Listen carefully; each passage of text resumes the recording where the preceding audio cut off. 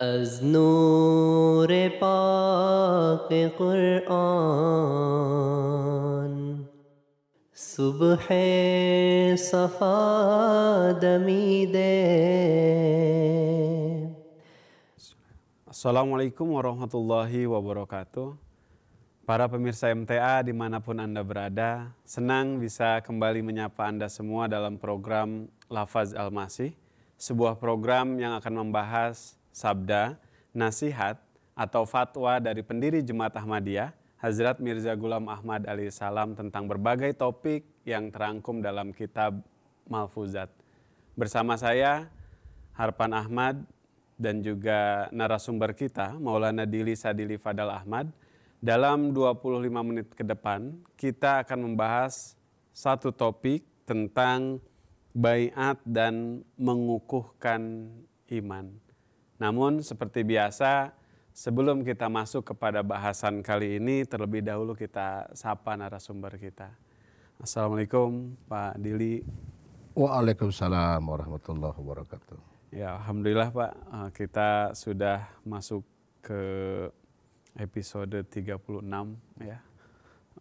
Perjalanan yang panjang ya. Banyak. Tentu juga banyak sekali hasanah-hasanah ya yang dijelaskan oleh Hazrat Masih Maud alaihissalatu wassalam yang bisa menjadi suatu petunjuk ya bagi kita dalam menempuh perjalanan kerohanian yang demikian penting. Sebagaimana tema kita pada kesempatan kali ini juga demikian penting ya, baiat dan pengukuhan iman.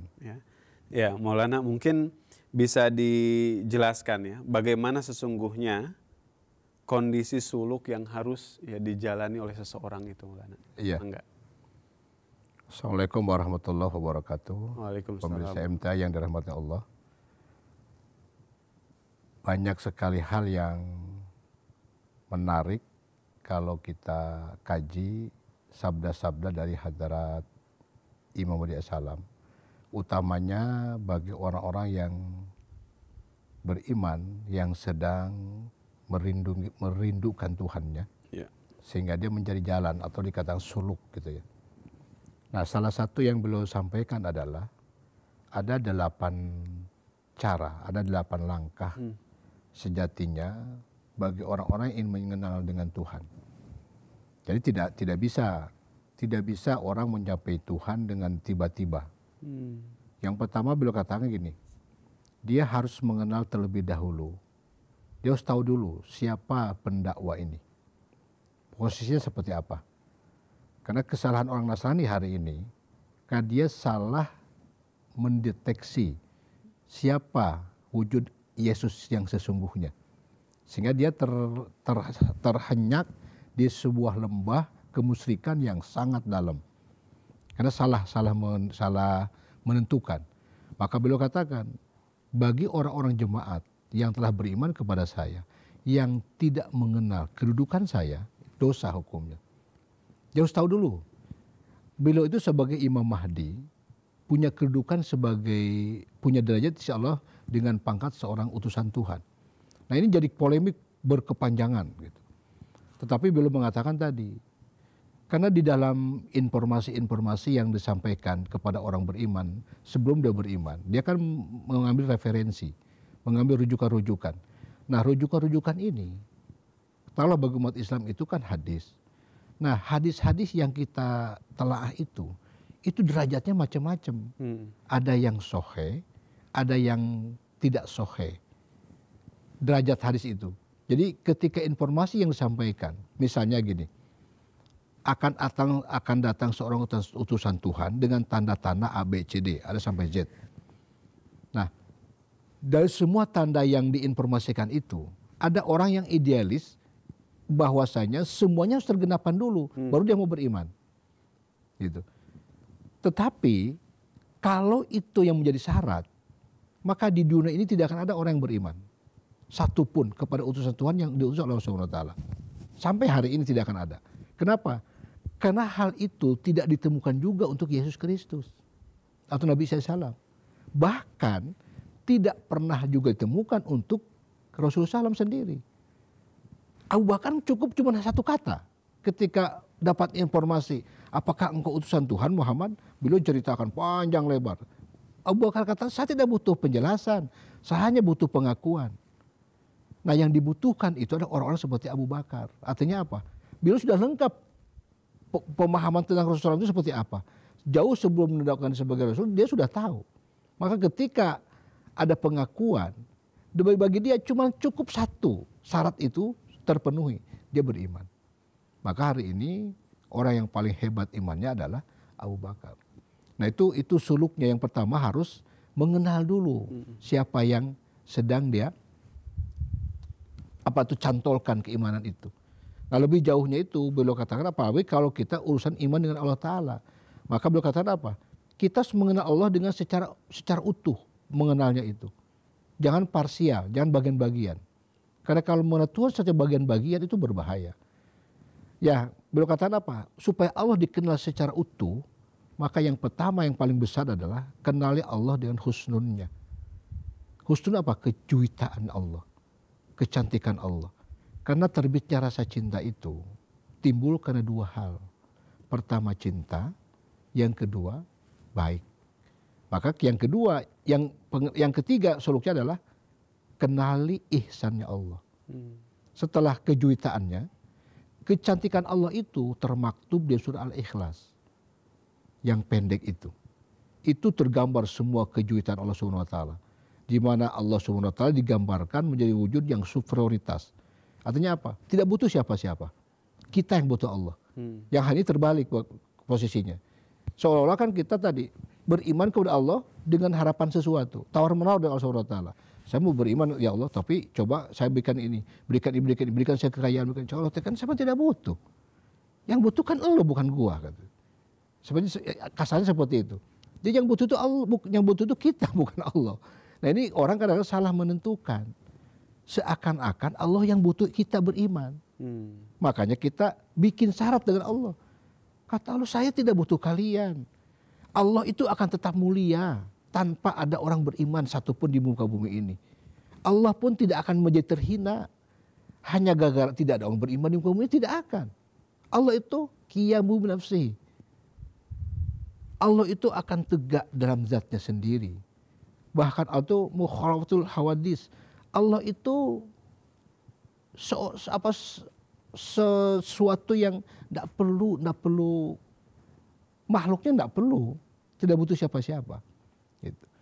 Nah ini makanya beliau katakan kenal Allah dengan seutuhnya Allah dari A sampai Z. Yang harus dilalui pertama adalah tadi ihsan, husnun. Nah yang ketiga baru karena kita tahu keagungannya, karena kita tahu kemuliaannya, karena tahu kecantikannya, karena kita tahu kebaikannya Allah, maka timbullah rasa bahwa kita tidak punya apa-apa, kita tidak berdaya, kita makhluk yang sangat lemah. Maka disitulah kita butuh wujud yang maha ini. Maka sujud dia dengan doa. Dia kata, suluk yang keempat itu doa. Dia harus berdoa kepada Allah SWT sebagai bukti bahwa dia mendeklarasikan dirinya seorang makhluk yang tidak punya kekuatan apa-apa. Jadi kalau orang mengatakan doa tidak perlu, kan sudah ditakdirkan. Ngapain dia berdoa lagi? Kita sudah diputuskan. Miskin ya miskin, bodoh ya bodoh. Padahal ketika kita lahir itu, kita tidak pernah tahu. Apa kita bodoh atau pintar, kita tidak pernah tahu. Yang itu lahirnya sama. Nah justru ada tadbir kita, ada usaha kita. Maka jangan salah memahami, ada qadarullah, ada takdir Allah. Qadarullah itu putusan, tapi takdir itu adalah upaya untuk sampai kepada qadarullah. Gitu. Nah ini yang kadang-kadang disalahpahami. Nah itu suluk yang beliau katakan. Maka kenali dulu siapa yang akan kamu jadikan sandaran itu. Maka beliau katakan bagi orang-orang Ahmadi yang tidak mengenal kedudukan saya, maka dosa hukumnya. Kamu tahu dulu siapa saya. Oleh karena itulah supaya kamu tahu siapa saya, datang ke tempat saya. Ikut dengan saya. Lihat seperti apa saya. Berang beberapa hari kamu lihat bagaimana saya beraktivitas, bagaimana saya berkehidupan. Kamu akan mengerti. Dengan itu kamu akan memberikan keputusan, oh iya, ini orang benar atau tidak. Seperti itu. Baik Maulana. menarik ya bahwa tadi ada 4 ya. Jalan pertama adalah mengenal wujud itu sendiri, kemudian yang kedua adalah husnun ya, mengenal keindahan, kemudian kebaikan, dan ketiga adalah doa. Yang keempat ya adalah doa. Nah, namun terkadang inkonsistensi ataupun bahkan pengingkaran itu juga ya sangat mungkin disebabkan oleh pemahaman ya seseorang terkait sesuatu itu atau bukti atau tentang tanda ya yang dinubuatkan itu kurang tepat. Misalkan terkait dengan tadi Bapak juga sampaikan tentang nubuatan misalkan Rasulullah itu sendiri ya. Nah, terkait dengan Hadzrat Masih Maud ini sendiri juga terkadang seperti itu. Maka pertanyaannya Maulana, apakah tanda-tanda nubuatan itu harus benar-benar tergenapi seluruhnya? Ya, dan bagaimana kita seharusnya mensikapi nubuatan-nubuatan itu? Iya. Nah, ini menarik ya, sungguh menarik. Beliau memberikan penjelasan dengan cukup luar biasa, gamblang dan panjang. Bahwasanya nubuatan yang diberikan oleh Allah Ta'ala lewat utusan-utusannya terdahulu, karena setiap utusan datang itu pasti akan diberikan kabarnya oleh Nabi sebelumnya. Itu terus seperti itu. Adam ke bawah terus sampai ke mana Rasulullah SAW itu. Bahwa Rasulullah SAW sendiri kehadirannya itu sudah digambarkan, dinubuatan oleh kitab Taurat dan Injil. Cuman tadi, kenapa masih ada orang-orang Yahudi yang tertinggal, tidak beriman? Karena tadi ada orang-orang yang punya idealisme bahwasanya nubuatan yang dituliskan dalam Taurat dan Injil itu belum tergenapkan semuanya. Jadi dia nunggu sampai belum tergenapkan baru. Padahal kalau itu yang dilakukan sampai mati dia tidak akan pernah ketemu. Karena ini kan berproses. Jadi apa yang sudah disuguhkan oleh yang pertama kali itu yang harus diambil. Artinya apa? Tanda yang pertama ini sudah cocok enggak? Cocok. Ambil itu. Nah, kalau tidak dia akan lewat masanya. Jadi tidak ada, beliau katakan tidak ada ketentuan syariat yang mengatakan kalau kamu beriman itu harus tergenapkan dulu semua nubuatannya. Karena kalau itu beliau katakan tidak akan ada orang satupun yang beriman kepada Rasulullah SAW. Kenapa? Nubuatan yang dituliskan dalam Taurat tentang Rasulullah SAW itu semuanya belum tergenapi. Kan tergenapannya apa? Hari ini justru dengan kehadiran Masih Maud alaihissalam di akhir zaman ini, itu proses penggenapan untuk Rasulullah SAW yang pernah dinubuatkan di dalam Taurat dan Injil. Begitu juga begitu Rasulullah SAW memberikan nubuatan, Imah dia akan datang dengan segala macam nubuatan-nubuatannya. Yang paling terang benderang misalnya tentang gerhana matahari. Dan itu sudah terwujudkan. Nah, dengan satu itu harusnya cukup, harusnya gitu. Nah, perlu menunggu sampai semuanya tergenapkan. Mata-matakan salib, membunuh babi. Kenapa? Itu kan interpretasi yang akan keliru nanti. Karena itu perlu ditafsirkan. Kalau menunggu penggenapan sesuai dengan yang tertulis di dalam nubuatan. Itu berbahaya. Beliau katakan itu sangat berbahaya. Karena beliau katakan tidak akan mungkin ada orang yang beriman kalau begitu modelnya. Maka hari ini kita saksikan orang Yahudi beriman Rasulullah karena mereka telah menyaksikan sebagian nubuatannya dan dia imani. Nah, sambil apa? Dia menunggu, bersabar sambil menunggu dan beriman untuk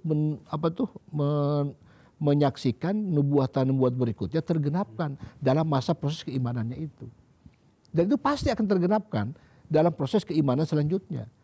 Tidak dalam konteks genap dulu baru beriman. Itu tidak ada contohnya dari semenjak Adam AS sampai Rasulullah SAW. Berkata seperti itu. Iya, baik, sangat jelas penjelasannya bahwa tidak mesti harus menunggu semua nubuatan itu benar-benar terjadi ya. Baru mau beriman. Bahkan tentu sebagai tanda keimanan seorang juga harus meyakini sesuatu yang belum terjadi ya sebagai tanda keimanannya. Baik, Maulana, uraian sangat jelas sekali, mudah-mudahan bisa difahami oleh para pemirsa di rumah ya.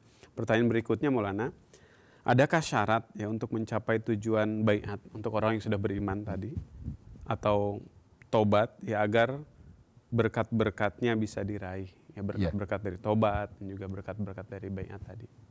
Beliau menulis ada tiga syarat ya.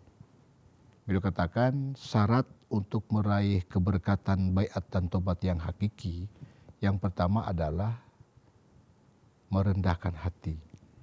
Rendah hati dulu. Yang kedua, sopan santun.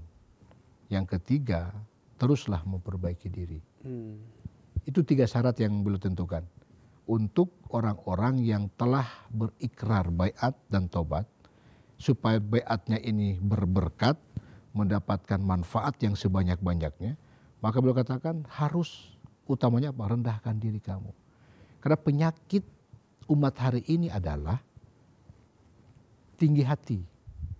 Akibat apa? Strata sosial, tingkat pendidikan, mungkin tingkat perekonomian, ini yang membuat orang lupa diri.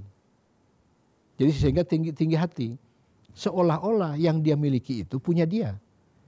Padahal kalau dia renungkan dengan sedalam-dalamnya, dia lahir dengan orang sama lahirnya, semuanya juga sama. Lahir tanpa sehelai benang yang menyertainya, tanpa satu huruf pun dia tahu ketika dilahirkan. Nah, proses perjalanan hidup itulah dia dapat keberuntungan. Mungkin karena usaha keras, karena dia berpendidikan, maka Allah berikan karunia itu. Nah, ketika orang menapaki baiat dan tobat tidak dengan rendah hati, dia bilang kecelakaan yang akan dia dapat. Nah, yang kedua sopan santun. Maksudnya gimana? Sahabat-sahabat Rasulullah SAW itu begitu sopannya, begitu santunnya, sampai-sampai ketika dalam sebuah majelis tidak ada satupun sahabat yang berani menengadahkan mukanya untuk menatap wajah Rasulullah. Tidak ada satupun yang berani. Saking sopannya. Jadi mereka seperti dianalogikan oleh Masih Wasallam seperti orang yang sedang duduk, di kepalanya ada burung yang hinggap. Jadi dia jaga bau itu supaya tidak bisa terbang. Gitu. Artinya sedemikian hati-hatinya, saking sopannya. Gitu. Nah, yang ketiga beliau katakan adalah memperbaiki diri. Kamu jangan merasa cukup. Setelah baiat sampai sekarang hari ini kamu dapatkan, kamu harus terus memperbaiki diri. Kenapa? Karena setan terus mendampingi kamu untuk menggelincirkan. Kamu jangan merasa, kamu jangan stuck di sini, jangan berhenti di sini. Terus memperbaiki diri. Kenapa? Kalau tidak seperti itu, maka tadi kecelakaan yang akan dapat. Jadi 3 nasihat yang penting sana ya. Merendahkan hati, sopan santun, dan terus mengintrospeksi memperbaiki diri. Nah, ini hal yang tentu penting untuk kemudian dicatat oleh kita bersama. Namun Maulana, 3 syarat ini tentu tidak mudah untuk bisa diterapkan ya, diaplikasikan dalam kehidupan kita. Maka ada tidak nasihat dari Hazrat Masih Maud alaihissalatu wassalam ya, agar kita bisa menerapkan ya nilai-nilai baik tadi. Iya, beliau katakan gini, terpaksa kalian untuk mengimplementasikan rendah hati itu, kamu harus bercerai dengan keangkuhan. Kamu terpaksa harus memisahkan diri dari kesombongan. Karena angkuh dan sombong itu penyakit manusia yang sangat berbahaya. Karena pada hakikatnya orang sombong itu kan orang yang tidak tahu diri, tidak sadar diri. Ketika analoginya kan seperti orang yang sedang duduk di atas bukit. Dia lihat ada orang di bawah. Dia teriak, "Woi, kamu kecil." Dia bilang kamu kecil. Dia tidak sadar kalau orang yang di bawah juga melihat dia kan kecil. Dia tidak ada yang besar sejatinya. Maka itulah orang sombong berbahaya itu. Dia tidak tahu diri. Kalau dia mengatakan orang kamu kecil, kan lihat ke bawah. Nah, orang bawah lihat kamu juga sama, kecil juga, tidak besar gitu. Nah, oleh karena itulah beliau katakan, bercerailah kamu dari rasa angkuh. Jauhilah rasa kesombongan. Nah, kalau itu sudah selesai, maka insya Allah akan menjadi orang yang sangat rendah hati. Gitu. Ya, kalau kamu punya ilmu, kamu sadari bahwa ilmu itu bukan punya kamu. Kalau kamu punya harta, sadari bahwa itu bukan punya kamu, semuanya titipan. Nah, itu akan memelihara dari rasa keangkuhan. Nah, yang kedua, untuk mengimplementasikan sopan santun itu, beliau tadi menganjurkan para sahabat, jangan terlalu banyak bertanya. Karena banyak orang di dalam jemaat ini, semakin senior, justru semakin banyak pertanyaan. Tapi niatannya, punten, bukan untuk tahu, tapi kebanyakan ingin menguji. Apalagi misalnya mubalik datang, kita uji dulu nih kepengetahuan mubalik ini. Jadi uji dulu. Beliau katakan itu berbahaya yang semacam itu. Karena orang Yahudi itu celaka. Karena salah satu banyak bertanya. Untuk menghindar dari perintah yang Allah inginkan dari kita. Dengan alasan supaya terhindar, maka banyak bertanya. Gitu. Nah, implementasi sopan santun itu, beliau katakan, jangan banyak bertanya. Artinya apa? Kalau memang masih rasa tahu ya udahlah. Gitu. Tapi kalau memang tidak, kalau betul-betul tidak tahu ya tanya, tetapi jangan bertanya dengan tujuan untuk menguji atau untuk eksistensi dia. Gitu. Dan saya rasa selama saya jadi 30 tahun jadi mubalik gitu ya. Banyak ketemu banyak orang-orang jemaat yang seperti itu. Yang pada akhirnya ingin tahu seperti apa kekuatan kualitas kita sebagai mubalik. Dan saya tidak paham maksudnya apa kan kayak gitu. Kalau memang mubaliknya tidak berkualitas terus bermasalah gitu. Kan sejatinya kan ini sebuah pengkhidmatan. Intinya mah orang mubalik itu kan dia mau berkhidmat sudah alhamdulillah. Kan gitu. Nah, masalah ilmu pengetahuan itu kan nanti Allah yang akan membimbing. Nah, yang ketiga, untuk mengimplementasikan mawas diri itu, memperbaiki diri itu. Beliau katakan perbanyaklah amal. Terus banyak mengingat. Banyak kalian bergaul dengan orang baik. Supaya apa? Supaya kamu tahu, kamu itu siapa. Jadi jangan kuper, jangan diam aja gitu. Berhenti di sini, kamu terus cari tahu. Ternyata begitu kita banyak membaca, banyak bergaul, banyak berinteraksi, kita baru sadar, oh ternyata kita ini banyak tidak tahunya daripada banyak tahunya gitu. Tapi kalau kita duduk saja, tidak kemana-mana, merasa oh kita sudah jadi raja nih, kita yang paling super segala-galanya. Nah, untuk supaya kita tahu, tidak tahu siapa diri kita, untuk memperbaiki diri itu, maka kata beliau, banyak-banyaklah kalian membaca, terus bergaul, terutama dengan orang-orang yang baik. Gitu. Kamu akan insya Allah akan berubah lah, diri kamu akan terus berubah. Masya Allah. Sangat menarik bahasan kita kali ini Maulana. Banyak sekali nasihat-nasihat ya yang bisa kita terima sebagai bahan untuk perbaikan diri kita bersama-sama. Namun sayang karena waktu membatasi, ya mungkin kita cukupkan ya bahasan kita pada kesempatan kali ini. Jazakumullah khairal jazaa atas penjelasannya yang sangat luar biasa. Dan untuk pemirsa MTA yang berbahagia, demikian bahasan kita pada kesempatan kali ini. Saya Harpan Ahmad beserta kru yang bertugas mohon undur diri. Assalamualaikum warahmatullahi wabarakatuh. Waalaikumsalam warahmatullahi wabarakatuh. از نور پاک قرآن صبح صفا دمیده